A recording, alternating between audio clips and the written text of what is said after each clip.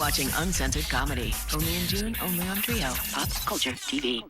All this month, Trio is showing uncensored comedy. Our intent is to explore the line between what's funny, what's offensive, and what's both. So you may find some of what you see funny or offensive or both. We'd like to know what you think. Email us uncensored@triotv.com or call 1-800-890-TRIO. American Airlines is proud to be the fastest airline. Leave Boston at 8:15, hit the New York office at 8:48. What's worse than 10 dead babies in one dumpster? One dead baby in 10 dumpsters. What's yellow and sleeps alone? Yoko Ono. One lesbian girlfriend of mine said she's heard a lot about all these battered women in America, but she's never tasted one. What were David Koresh's last words? Is it hot in here or is it just me? What do you know that's Jokes and humor have been a source of contention from time immemorial. What do these jokes show? What do they mean? And what do they really say about the human condition? The really curious thing about lots of jokes is that they work because they are offensive. They work because they're the sorts of material which we sort of shouldn't be finding funny. And we try and suppress the laughter and it becomes funnier the more you try and suppress the giggle. How many Jews can you fit into a Volkswagen? All of them if you put them in the ashtray. You have to know who you're telling them to. The last thing you want to do is run up against somebody who's lost their entire family in the camps and tell a joke like that. Space shuttle mission, and it has cleared the tower. Control. Roger, roll, Challenger. Engines at 65%, 3 engines running normally, 3 good fuel cells, 3 good APUs. 1 minute, 15 seconds. Flight controllers here looking very carefully at the situation. Obviously a major malfunction. What does NASA stand for? Need another 7 astronauts. Do you know where astronauts spend their vacation? All over Florida. NASA switched to Sprite. They couldn't get 7-Up. With the Challenger disaster, you have jokes about the Challenger and the shuttle. You also have jokes about Krista McAuliffe. Krista McAuliffe had blue eyes, one blue east and one blue west. I won't tell a Krista McAuliffe joke to the camera because I don't know who's going to be watching it, including friends and family of Krista McAuliffe. I publish such things and have from the point of view of scientific analysis, but I don't know what's going to come out of this film, and consequently, I don't want to cause anyone any grief that would be unnecessary. How is Saddam Hussein like pantyhose? They both irritate Bush. How many Iraqi soldiers does it take to change a light bulb? I give up. I'm Christy Davis, and I work on humour. I've been studying humour as an academic for 20 years now. And the whole basis of my research has been to the effect that jokes reflect reality, they don't cause it. How many Iraqis does it take to change a light bulb? It doesn't matter. They don't have electricity anymore. What's the name of the new department store in Baghdad? Target. What's the newest pop sensation in Iraq? No kids on the block. I'm Dr. Richard Wiseman, and I'm a psychologist at the University of Hertfordshire, and I specialise in carrying out psychological studies into unusual phenomena. And one of the unusual topics that I chose a few years ago was humour and laughter, trying to carry out a scientific investigation into what makes us laugh and why. Why did Monica Lewinsky quit her White House job? Her boss was in her face too often. Did you hear that Monica Lewinsky is going to switch political parties? She said the Democrats left a bad taste in her mouth. Why does Clinton call his dog Buddy? Because he doesn't want to shout, "Come Spot, come Spot."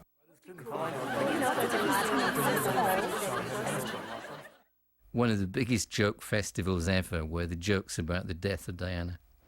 Doty said to his driver in England, "Why don't you come to Paris with me and die?" We had a few of those, what's the last thing that went through Princess Diana's mind before she died? The engine block, those sorts of things, yeah. When the news broke, most people responded in this way of saying, oh my goodness, this is terrible. She was the sort of fairy tale princess. She was beautiful. She died in this terrible way. This is a complete tragedy for the country. One person actually wrote that they were more moved by her death than by the death of their own father. Now, you have to stop and think about that.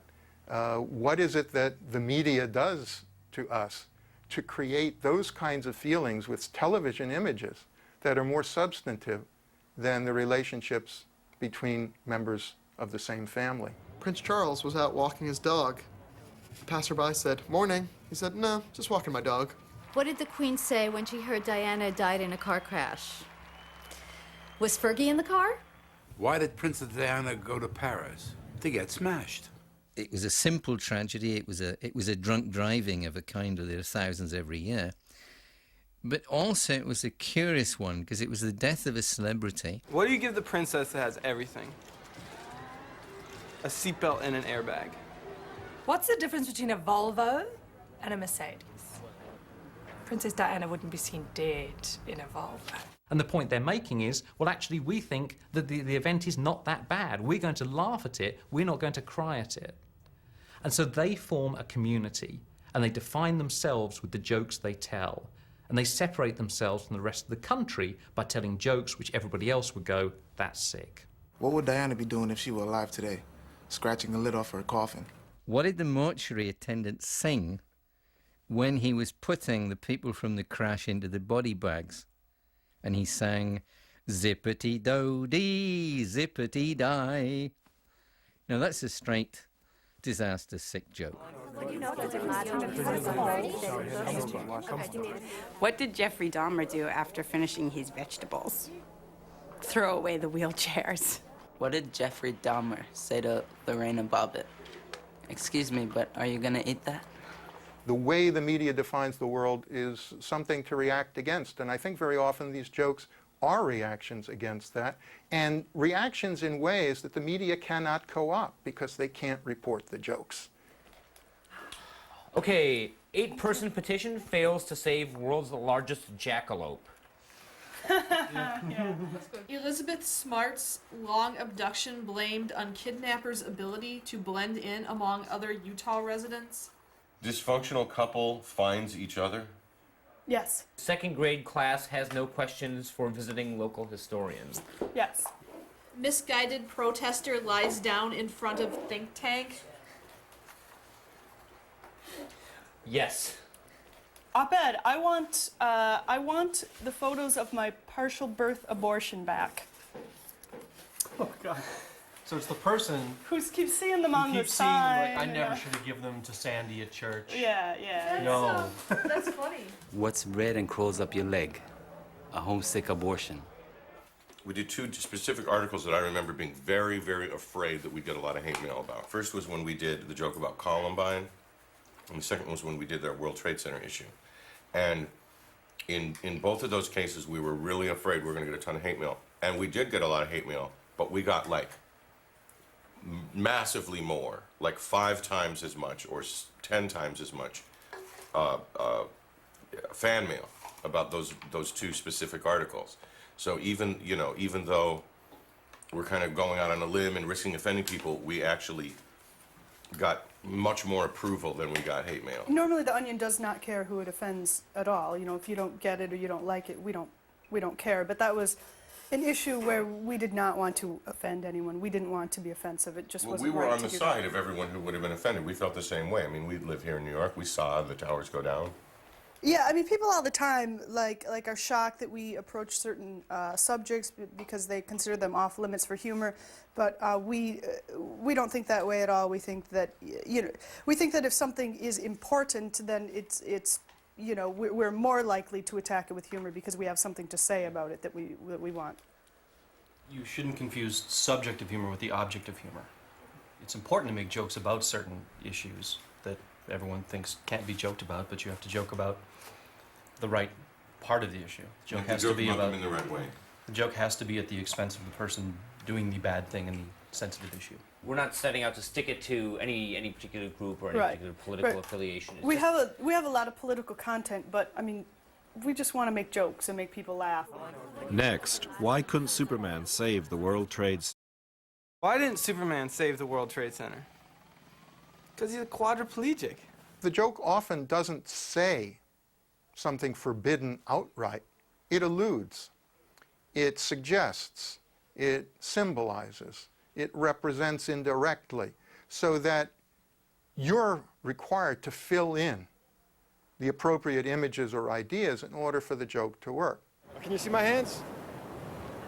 What's this? Superman 5. What's better than placing first in the Special Olympics? Not being in the Special Olympics. I think that jokes have serious messages, or often have serious messages. And consequently, we have to explore what the messages potentially are, rather than to assume in a knee-jerk fashion that, oh, well, they're laughing at disaster, they must be depraved. How many male chauvinists does it take to change a light bulb? None. Let the bitch clean up in the dark. What do you tell a woman with 2 black eyes? Nothing you haven't already told her twice. Why do black men cry during sex? The mace. So you hear this joke and you laugh, and it's an absolute instant unconscious response. And then you suddenly think, oh, no, I didn't mean to find that funny. You know, I'm terribly sorry. Of course, you know, whatever, rape is a very serious thing, and we shouldn't be laughing at that. But the fact is, the person just did. How does a black woman fight crime? She has an abortion. People are taking enormous risks when they tell a joke, you know, which might be seen as unacceptable within a group. And either you're saying, well, look, I'm an individual and I don't care what you think, or you're saying, well, you know, this is what I think the group think, and here we go with my enormously racist joke, and then you suddenly find out that everyone's not racist like you, and it's all terribly embarrassing, and it's time to get your coat. What's the difference between Christopher Reeve and O.J. Simpson? O.J. walked. The OJ website that goes / reverse //. Why do they call him OJ? Because he beats the Pope out of his women. What is OJ's motto? If you can't beat him, stab him. Why wouldn't Nicole Simpson's lovers go down on her? Because they knew that the juice would kill him. What's the difference between John Bobbitt and O.J. Simpson? O.J. got off. They jokes about the absurdity of the verdict. I mean, that verdict is so obviously false. The guy is so obviously guilty, and he lost the civil suit. And that's what those jokes are about, rather than the disaster. What do O.J. and Michael Jackson have in common? They're both missing a glove. What did Michael Jackson say to O.J. Simpson? Don't worry, I'll take care of the kids. He heard Michael Jackson went to Kmart because he heard they had little boys' pants half off. Hey, what college did Michael Jackson go to? Brigham Young. The man comes home, and his girlfriend's throwing out all his clothes on the lawn. And he asks her, what's going on? What's the problem? And she says, you're disgusting. I want you out of my life. I hate you. I found out the truth about you. And he says, what? What happened? And she says, I found out you're a pedophile. And he says, pedophile? Pedophile? That's a mighty big word for a 10-year-old. There is this kind of hardcore set of jokes, you know, which might be about paedophilia, for example, or about cancer, or about a particular, you know, world leader, or about a particular race, where you think, no, you know, that really is not going to be found funny. That's deeply offensive. So here's one from Appalachia. How do you know when your sister's having her period? Because your father's wang tastes different. What's the hardest thing about kidnapping and killing a little child? Getting the blood out of your clown suit. This pedophile takes a little boy into the woods. It's a dark night. It's stormy, it's windy, and the trees look particularly threatening. The little boy gets scared. He says to the man, I'm frightened here. I don't like it. Those trees are creepy. And the man says, yeah, but how do you think I feel? I'm going to have to come back through this alone. This priest in a village has a rooster. And one day he wakes up and it's gone. He doesn't know where it's gone. And finally he decides that to bring it up during the sermon at church on Sunday. And so he gets up there and he says, well, before I begin my sermon, I want to ask this question. Which of you has a cock? And all the men stand up. He says, no, that's not what I mean. I mean, which of you has seen a cock? And all the women stand up. And he says, no, I don't mean that either. Which one of you has seen my cock? And the altar boy stands up. What do you give a pedophile who's got everything and have a parish? What's the difference between a Catholic priest and acne? Acne usually waits till a boy's 13 before it comes on his face. If a priest and a rabbi are walking down the street and they see a 10-year-old boy and the priest says, I'd like to f*** him, and the rabbi says, out of how much money? Yeah, I think this show will produce outrage. Jokes often do. It's usually because people feel that you shouldn't joke about serious topics. It tends, in their belief, to trivialize these topics.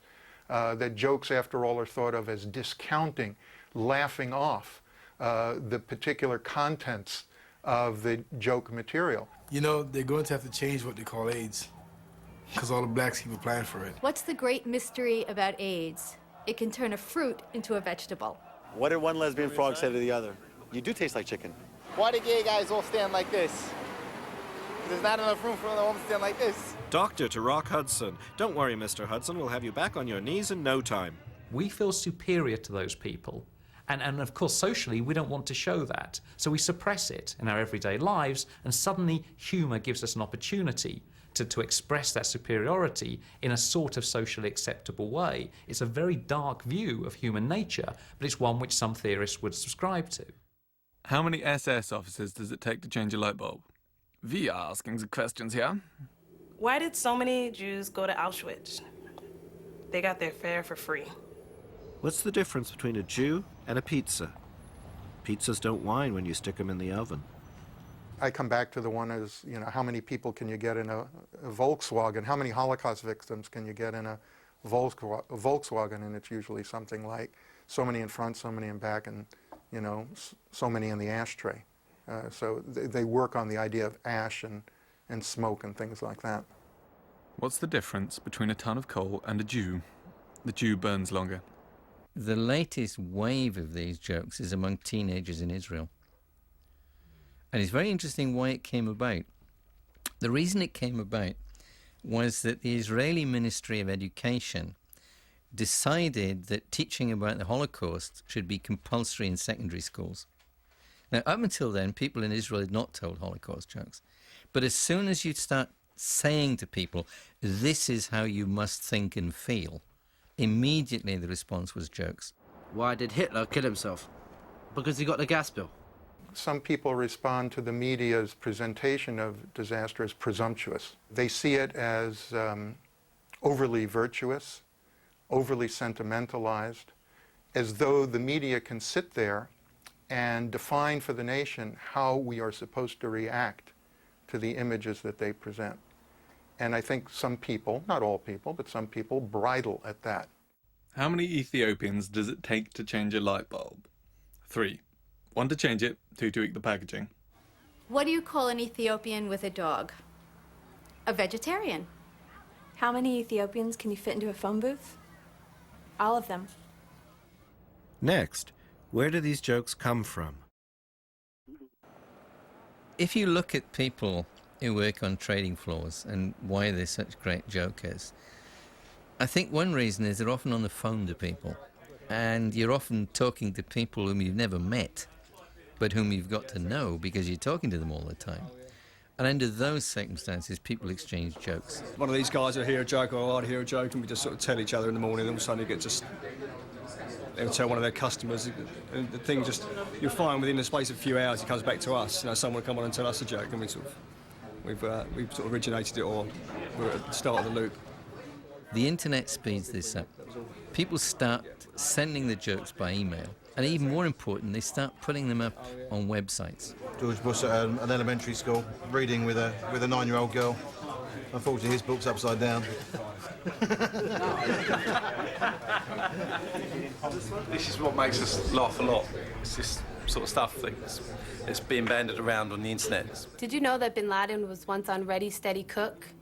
He made a big apple crumble. To the Taliban from the American people, give us Osama bin Laden or we'll send all your women to college. Why doesn't the Taliban hold driver's ed and sex ed at the same time? Because the camels can't take it. Why aren't there any Muslims on Star Trek? Because it's set in the future. This room is slightly different to a bank dealing room in the sense that the bank dealing room, they have corporate rules, etc., and they have to be much more politically correct. In this room, we're just a bunch of individuals who work for ourselves, and we can do what we like. And there are no barriers to the jokes that are told in here whatsoever. I haven't heard any World Trade Center jokes. No, that was far too sensitive, you know. There was just the one ironic story about the lady that phoned up, you know, the husband to see where he was, and he was with his mistress somewhere else. He said, "Why do you think I'm in the office?" sort of thing. And I don't believe that. Yeah, yes. Could be an urban myth, that one. Yeah, it's an urban myth. I mean, clearly the Twin Towers attack caused a huge amount of anxiety, particularly in people living in New York, where obviously it was far more salient than individuals in the rest of the world. And some people will want to cope with that anxiety by telling jokes and by laughing at jokes about the tragedy. Is it a burn? Is it a plane? It's a plane! How long does it take to reach the ground from the 107th floor of the World Trade Center? The rest of your life. Where do Americans vacation? All over Manhattan. You imagine you're living in New York and this happens on your doorstep. Then you have a right to feel shocked. And I might decide to respect that. Just as in the same way that if I knew somebody had suffered a bereavement, then there are certain jokes I wouldn't tell them. But I mean, that's a matter of tact. At the World Trade Center restaurant, they offered 3 seating areas: smoking, non-smoking, and burnt beyond recognition. Why do they call the police and firemen New York's finest? Because you can get them through a sieve. They had the CNN on, and they kept re-showing the plane going in. And he said, "Look, there's a plane's gone in, and another one, and again." There's about 13 had hit the Twin Towers. I got a bit carried away and thought that every time they re-ran the footage, it was another plane hitting. So by the time I'd finished telling all our customers, about 13 planes had hit the towers, you see. They didn't go down. New York, so good to hit it twice. They could show that image again and again and again, and it was a sanitized image. There was no association with the destruction of bone, brain, and being that we might assume accompanies a real disaster. You could almost argue that the planes hitting the World Trade Center could be viewed as an artistic image.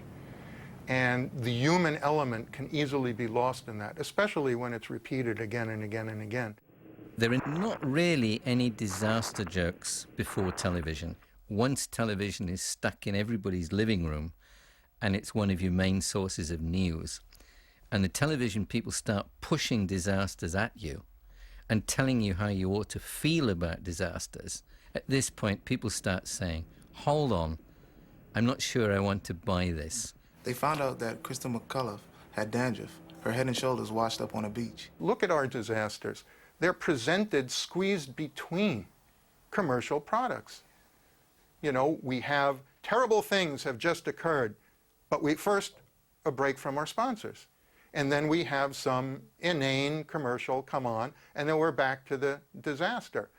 You know, so that each segment of disaster is sponsored by commercial products, or we could think of it the other way around. Each commercial product is sponsored by some kind of disaster. Columbine Killer's MasterCard commercial.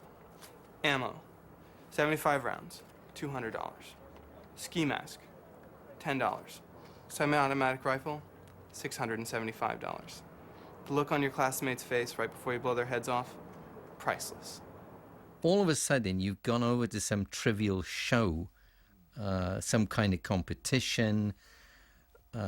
It may be an advert, it may be a jingle, it may be a pop song, but it's something that is trivial and possibly degrading.